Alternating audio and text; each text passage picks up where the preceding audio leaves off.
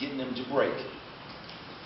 That mental preparation is key before stepping into the ring, because it's now going to kind of give you a little bit more, preparedness for these so-called unexpected, especially if you ran through different scenarios as to how it could possibly happen in the square.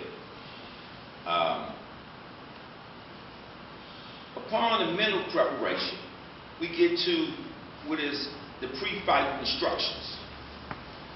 Here is the most important aspect as far as I'm concerned, because here you can set the tone as to what you are expecting of the boxers.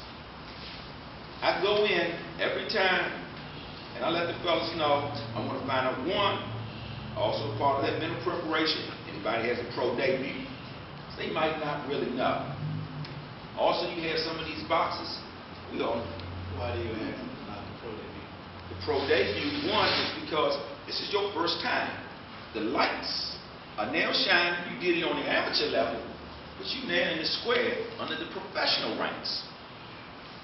Then I might have to gauge, well, how much amateur experience did you have? Because if you had a lot of amateur experience, then possibly you were prepared because you may have fought on a national level and you have been in some big brawls there where everybody's around, and these bouts had significant consequence, where look here, I got to put it in. So, because I have been in some of those kind of fights on the national level. So, I want to get a feel of, again, that preparation. What experience does the boxers have? Then you're looking at the win-loss record. Sometimes look, some of them are in there pretty much, it's a payday, I'm a good fighter, and, I'm going to get through.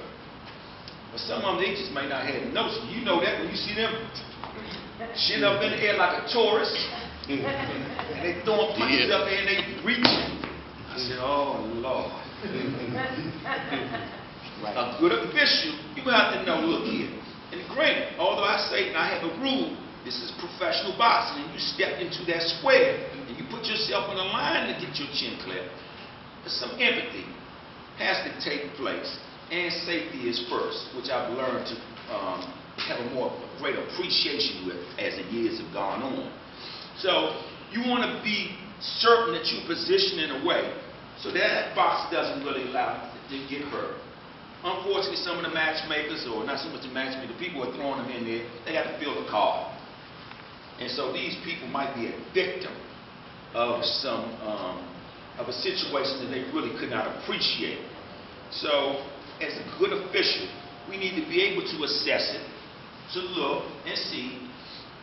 We're not going to give that much latitude to an individual like that because, one, they're not equipped with enough tools to be able to prevent themselves from being hit or to impose any damage on the opponent to keep them at bay.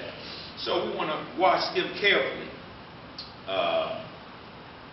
So that is a part of my pre-fight instruction. So once I've found them and I'm talking to the fighters, I may ask them a few things in terms of how you feel, when was your last fight, how did you do, getting a little feel for them. And so then I'm discussing with their corners. I want to let them know what I'm expecting of them. I expect, one, my fight instructions are pretty clean. I expect good, clean boxing. When I say break, stop punching, take a full step back. Remember, always protect yourself. I give them that in the locker room. I give them more in the locker room in terms of some of the things like, look, if you think you got hit with a bad shot, it's nothing unless the referee has called it as such.